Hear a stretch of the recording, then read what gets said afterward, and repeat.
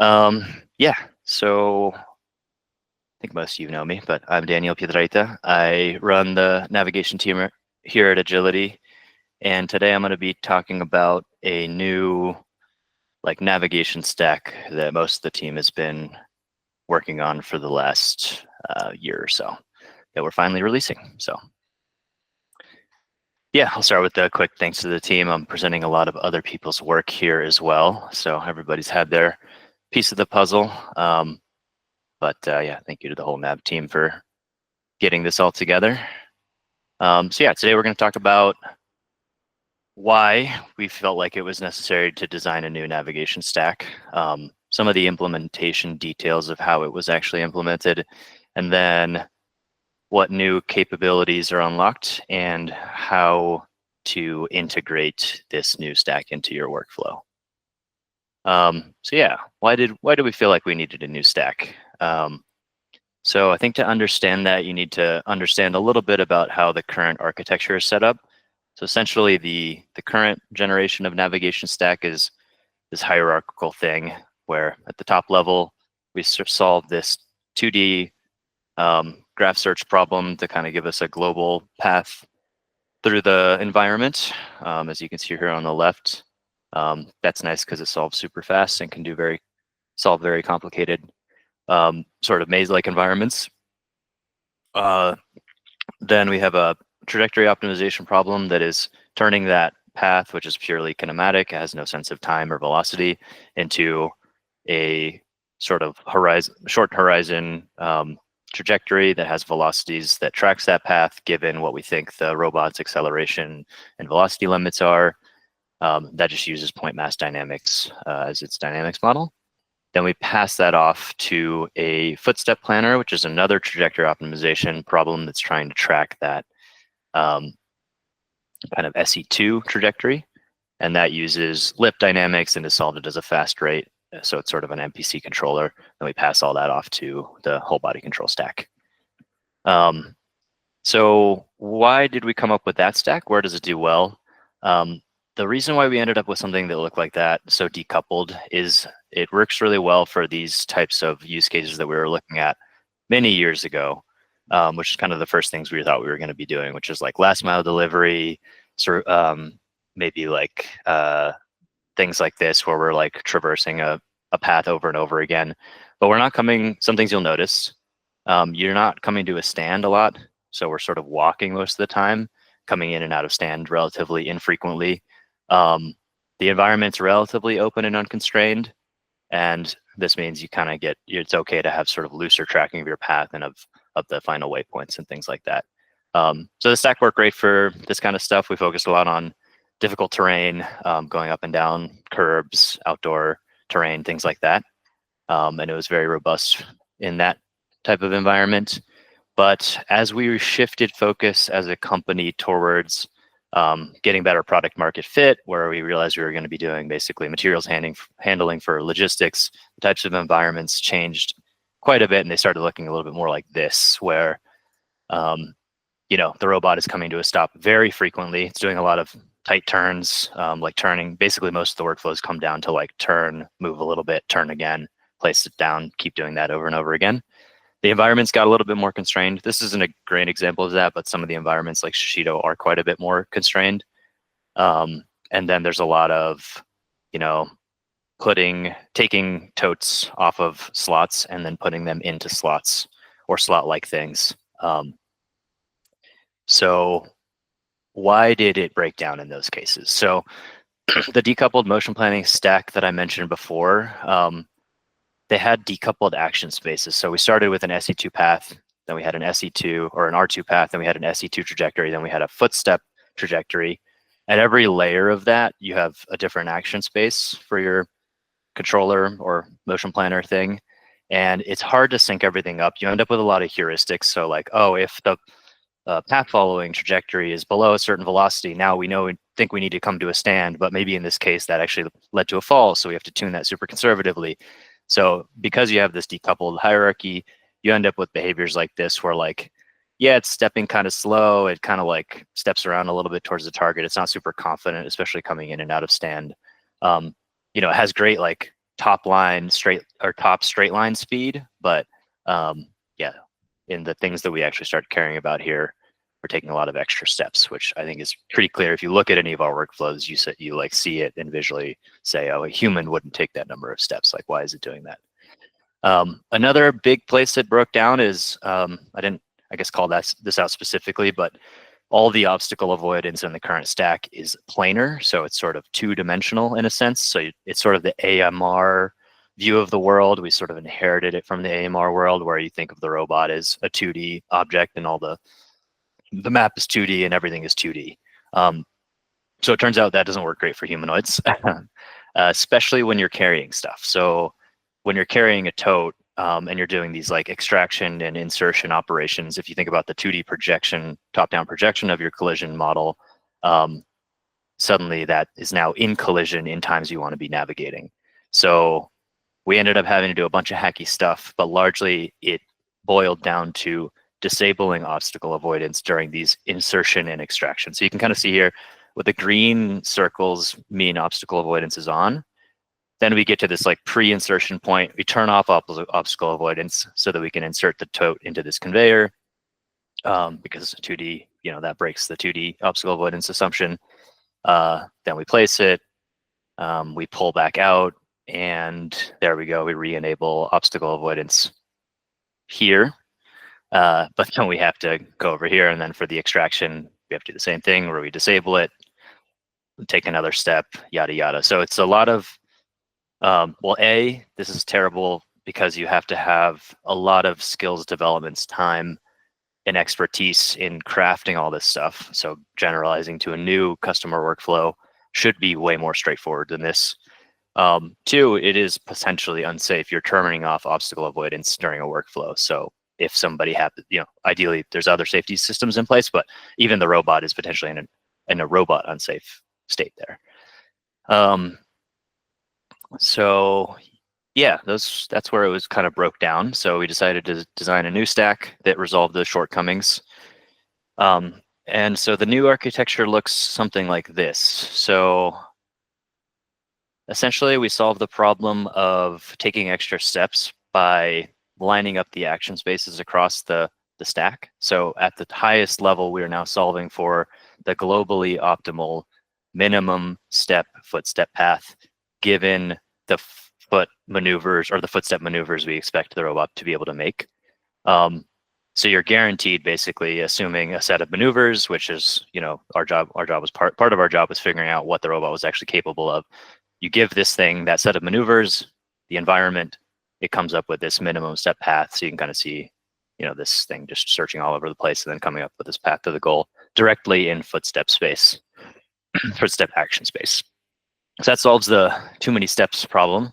Then the other side of it is the 2D obstacle avoidance problem. So we took the leap and actually started doing full 3D obstacle avoidance in this motion planner. So there's a lot of work to get this to work fast enough for real-time rates, but essentially, yes, that is still the Albany office. It lives on. You can almost see the ospreys across the river here if you really squint. But yeah, I'll go into a little bit more details about that later. But basically, yeah, so we resolved the problem of disabling obstacle avoidance for insertion and extraction of totes by actually doing full 3D obstacle avoidance. And then a new problem that was introduced by this stack is that now we're doing a lot more aggressive maneuvers with locomotion. So we needed a better model predictive controller to actually track and execute these motions, which that was largely was the controls team that was owning it, and then Boston on our team started taking that over as well. So yeah, you can kind of see the different pieces here and the different rates and everything. So yeah, a little bit more details about the footstep. So the highest level of that stack, the footstep path planner, and the formulation of that. So essentially why we're able to get away with this, solving this thing in real time, is that we're a biped.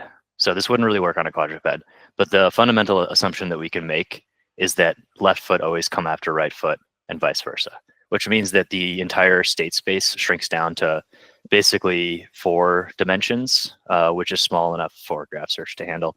Most folks know, if you're a motion planning person, you're Graph search has the curse of dimensionality really badly. If you get much beyond like 4-dimensional state spaces, everything breaks down. But anyway, so that's the trick. But the nice thing is you have, you're ensured a globally optimal solution, which is honestly a really nice thing to be assured of. And yeah, so the way we formulate this, let's see, a couple details here. The way we got 3D obstacle avoidance to be fast enough was by generating like a sphere-packed approximation of the robot model and the tote model. The tote one is kind of generated on the fly depending on what we're carrying. But you can see the robot one here. So it's just a set of, I think, like 10 spheres. So it's a lot faster to check than the full robot collision geometry. The other side of it was some work Sam was doing to generate a voxel map, and that's directly converted into a signed distance field. So a sphere check against a signed distance field is a O1 operation. So these become super fast. Let's see some other details here. So another problem with graph search is you kind of get these discretization artifacts. So you have to discretize your search, your state space, search through that, and then you get a solution. Depending on your search or your discretization resolution, you might come up with you'll get some little artifacts. Sorry, this is just a video of kind of the global search running. So it's doing 3D obstacle avoidance against all this stuff, coming up with this global path. And then we do a second optimization step where we do like a local refinement around that global search. So here I've disabled the visualization of the 3D geometry so you can actually see the footsteps, but you can sort of see these footsteps shifting ever so slightly to kind of better satisfy the set of objectives that we've defined here. So that can kind of break us out of that issue of having the resolution discretization artifacts. Let's see, somebody had a question. How many steps?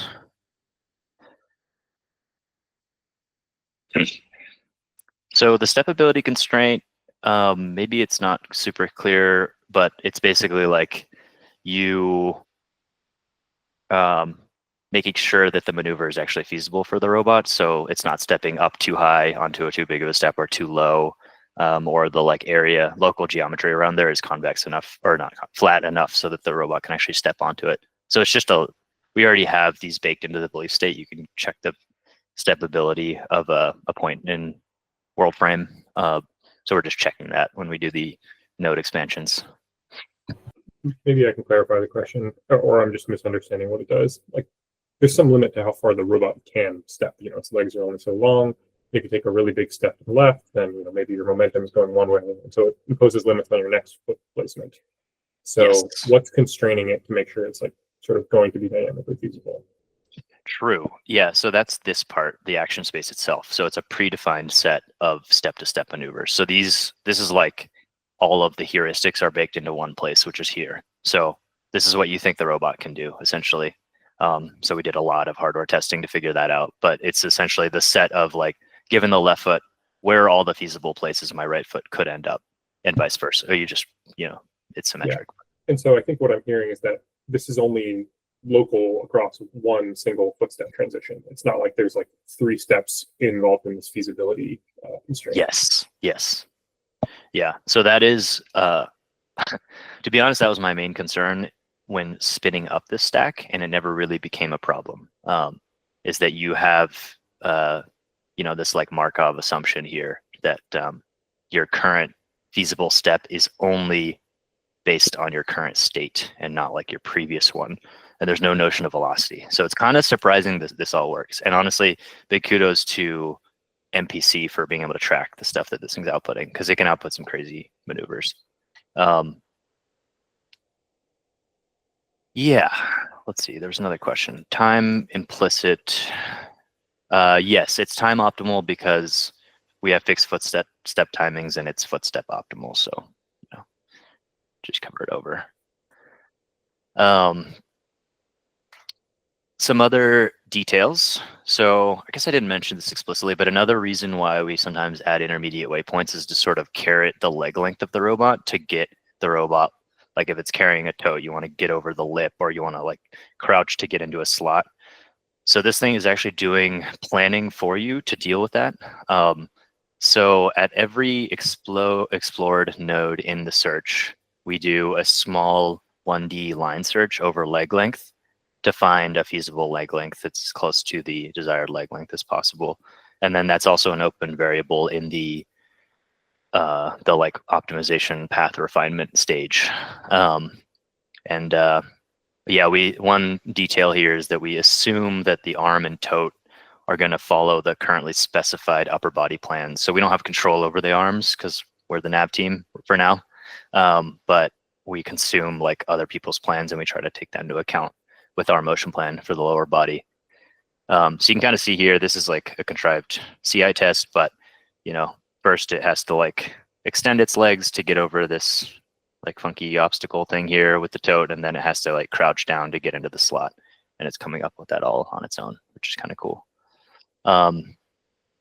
Another detail is if you give this thing a target, so if you give GoTo a target that's already in collision, given the 3D geometry of the robot, we will try to push that target into an obstacle-free area within your user-specified like success tolerances. So here in this like artificial test, we've opened up the success tolerances to let it wiggle a lot, and you can see just like this little genetic algorithm optimization just like coming up. This is extremely slowed down for visualization sake, but it'll find a little you first are way over here in the shelf, and then it ends up finding the thing in the slot, or the target that's in the slot correctly. So that's just a quality of life thing.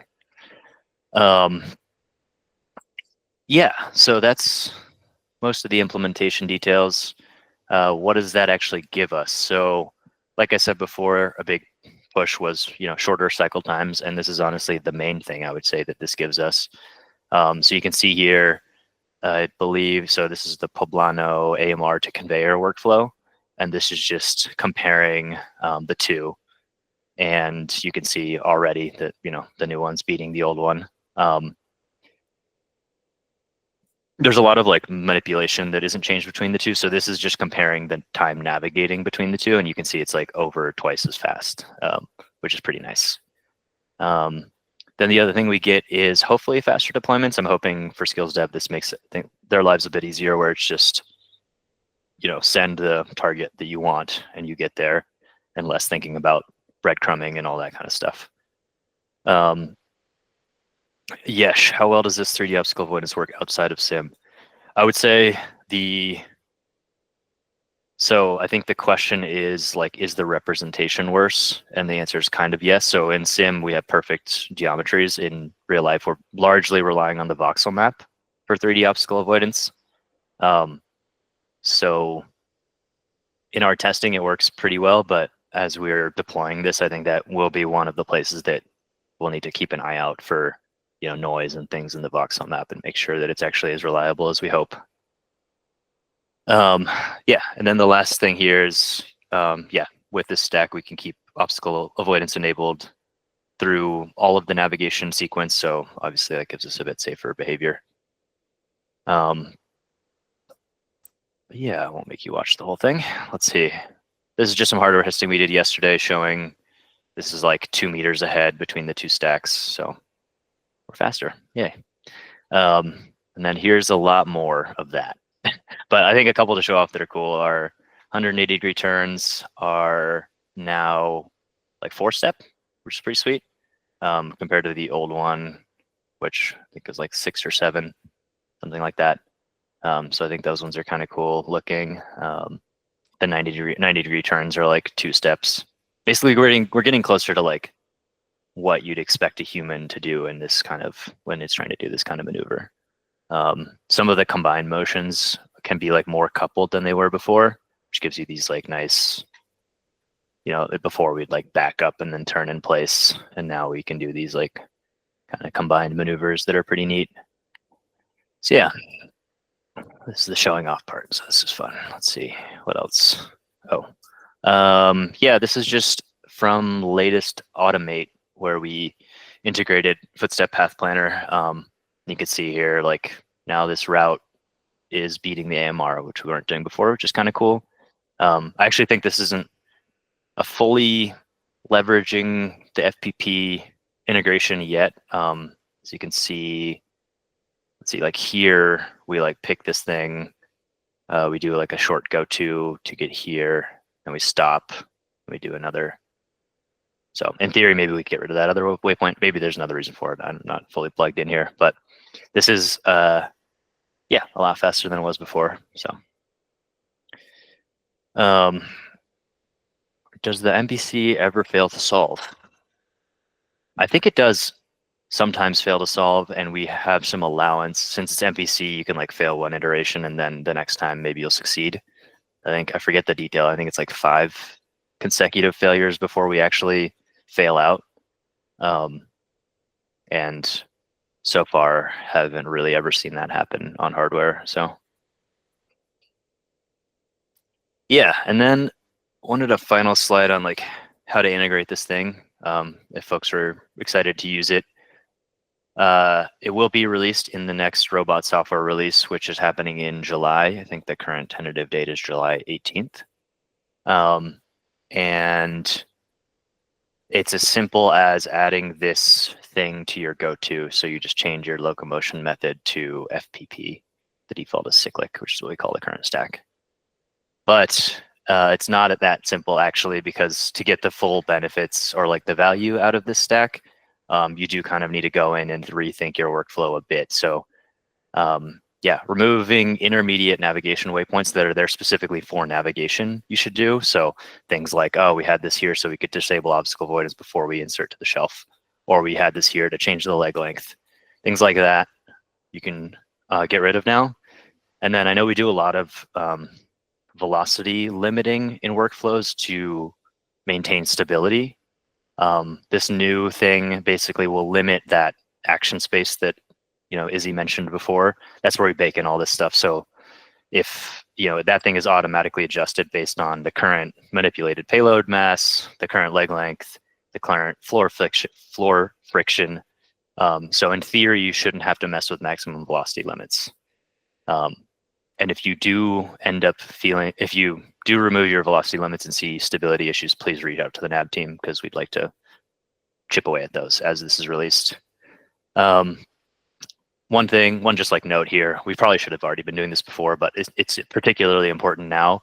If your workflow does not have horse mats or is on like a particularly slippery floor, you can set the floor friction directly in the work cell using this API.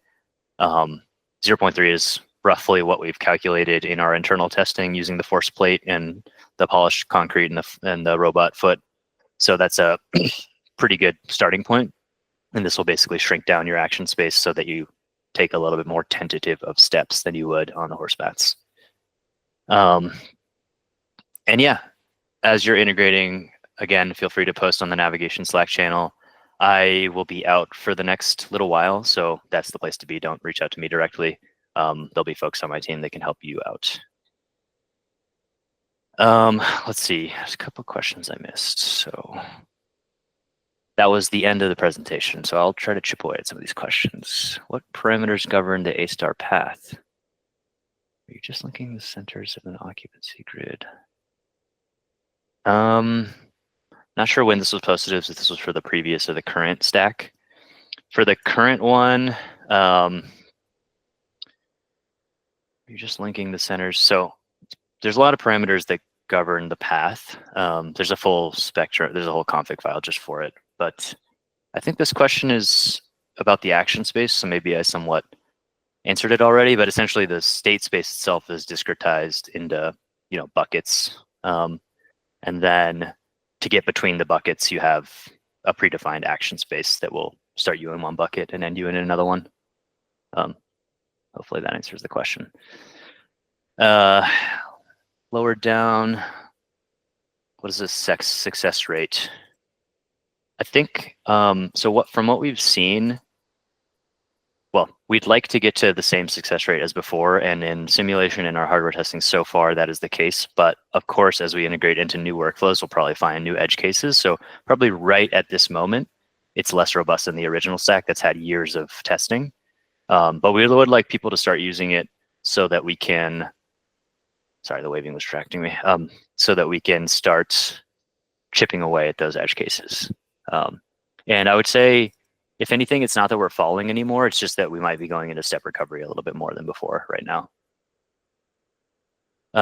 Nick asked, is the main thing that changed the first stage of planning and the lips and toroidal NPCs are the same? Or so the first stage of planning is one of the largest changes. I think the other big change is using the SRB, single rigid body NPC, to track it, which before we were just outputting directly to the whole body controller. So we have a more sophisticated tracker, basically. Sorry, I'm going to keep going through these first. Kartik, how do you estimate the friction coefficient of a surface? Ooh, I feel like I'm in an interview question now. Is it experimental? Are you just using like generally accepted values and stuff like that, or? No, so for the 0.3 that I recommended, that is empirical. Like we took, there's a white paper I can send you, but basically we took a robot foot and a chunk of polished concrete and put it on the force plate and did some tests. So some experimental validation, and that's and then yeah, okay. Yeah. I'm asking because like if we were to encounter this in the wild, where we have to like mess with the friction coefficient, I would like to take an empirical approach to it, right? That's all. Yeah, for sure. That makes sense. Yeah, it would help to get some recommendations on how we might do this in the field, right? Like if because there's that, at Shishido, for example, we have the diamond plate, the metal surface that we walk on that's textured, and so it would short. Right. Let's get a version of it built in Salem. Short of that, I'd like to see if there's a way to do this in the field with some structured experiments. For sure. Yeah, if all you care about is the ensuing behavior, there's a thing you could do, which is basically trial and error. Like just keep shrinking the friction value that you send to this system until it's stable. But if you care specifically about the friction value, obviously that you wouldn't do that. But let's see. How coarsely? Yeah, good question. It's the search space is 10 centimeters in XY and all the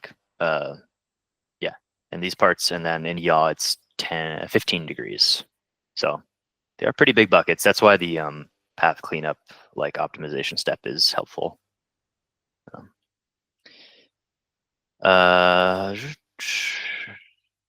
what I remember, Footstep A-star are very slow to avoid large obstacles because you would first try many footsteps trying to go directly towards the goal pose. Do you use anything to guide the A-star to take detours?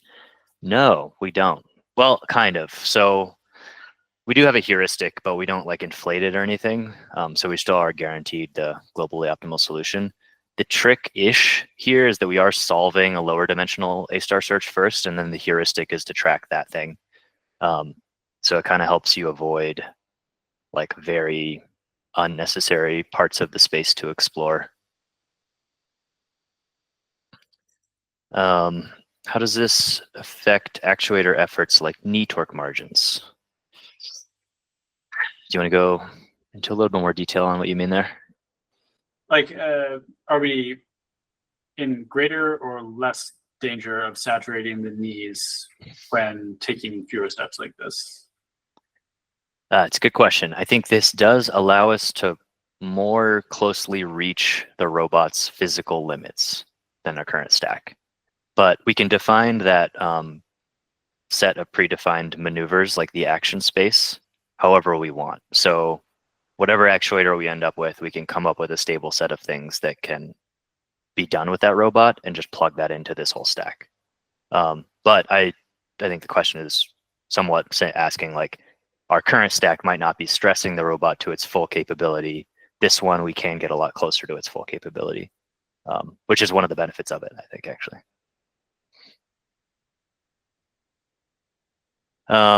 Izzy asks, what sorts of tools did you build for testing tuning the stack? Are you able to save problems? Are you able to easily author new problems for offline for testing?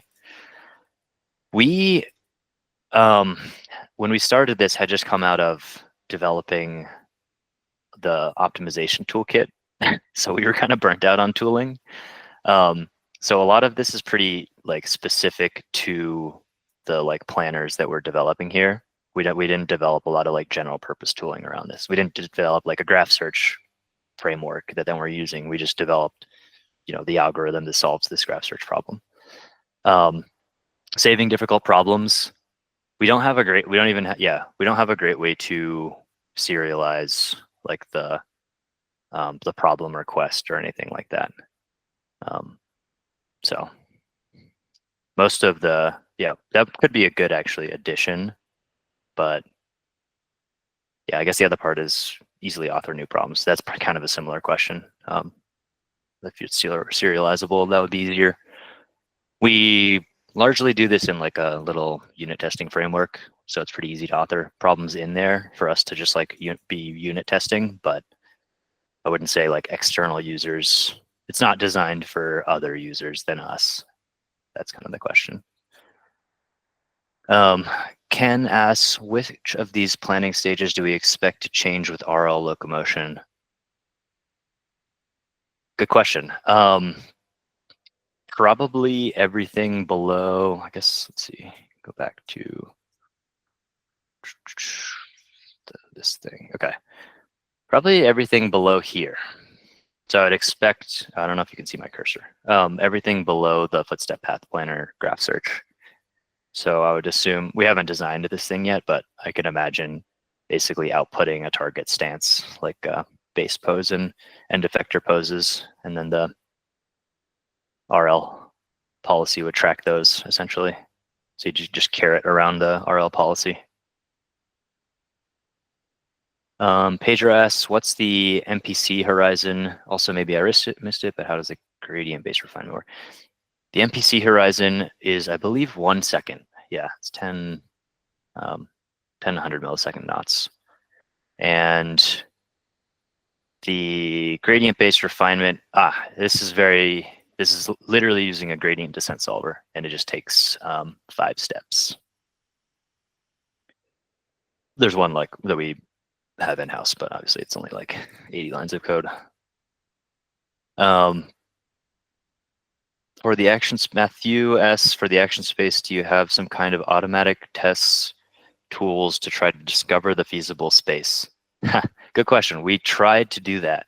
Boston worked on a big like script you could run overnight to try to come up with everything that was feasible, but it never outperformed the one that I came up with in my own head.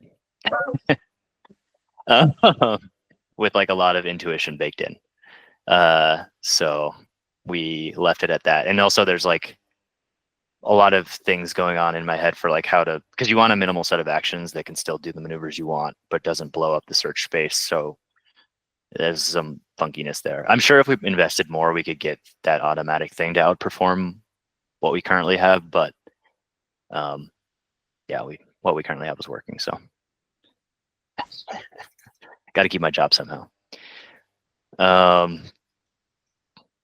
Cool. I think that's all the questions written down. Are there any more questions that people want to verbally ask?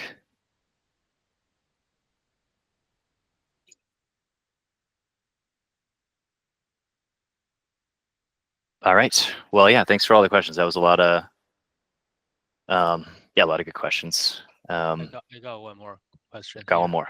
Cool. Yeah. Great talk. So I think we're doing some avoidance works for the RL robotic controllers. So what exactly is the sequence of resolving the collisions here? So it's like footstep first, and then we do like body and arm when the robot is getting closer to the table or AMRs. Is that like roughly the sequence on that constraint? Good question. During the global path planning step, we solve for the whole path. But that solution will be sort of wrong at the beginning. So there's a little bit of details here, but basically we assume that the collision, like the stance, like the poses of the end effectors relative to the torso are going to be the same as the start stance, so the current robot stance, unless we see that there's a plan in the like robots plan object. So basically, if the robot thinks it's going to do something, we'll consume that. So if it thinks the arms are going to move in some trajectory, or the held tote is going to be moved in some trajectory, then we assume that through the path. And then I guess the other detail I didn't mention is, so the global Footstep path planners doing that full 3D check. The lower levels that are doing trajectory optimization, it's too expensive to run that. Too non-convex actually is more the problem. So we convexify those constraints. So basically we do like a projection so that like the trajectory optimizers are just solving bounding box constraints at the lower levels. I don't know if that answered your question completely. I see. So how does the voxel fit to all of these resolving processes? Like, is the first like Footstep path planners to use like a 2D version, and then yeah, so the Footstep path planner uses everything available to it. So it'll use the voxel map, but it will also use, if there's like a 2D floor plan map that has been set by like SLAM or whatever, it'll consume that and it'll respect that. It also has to respect 2D keepouts, since those are used by upstream users. So the robot is expected to stay out of these areas. So it consumes all the obstacle information available to it in the belief state, basically. But that's one of the reasons why it starts as a sort of a bad solution. And then as you progress, the voxel map is seeing more of the 3D geometry and it's refining. So we are resolving this thing at 2 hertz. So yeah, you're kind of, refining as you go. got it. Thank you.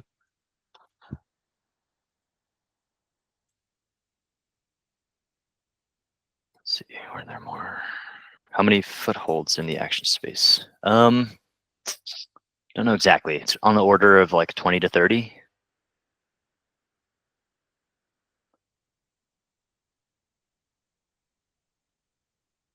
Oh yeah, Cam answered the question in a different way, which is maybe what you were asking. But yeah, we use the simplified like sphere packed collision geometry with the global search.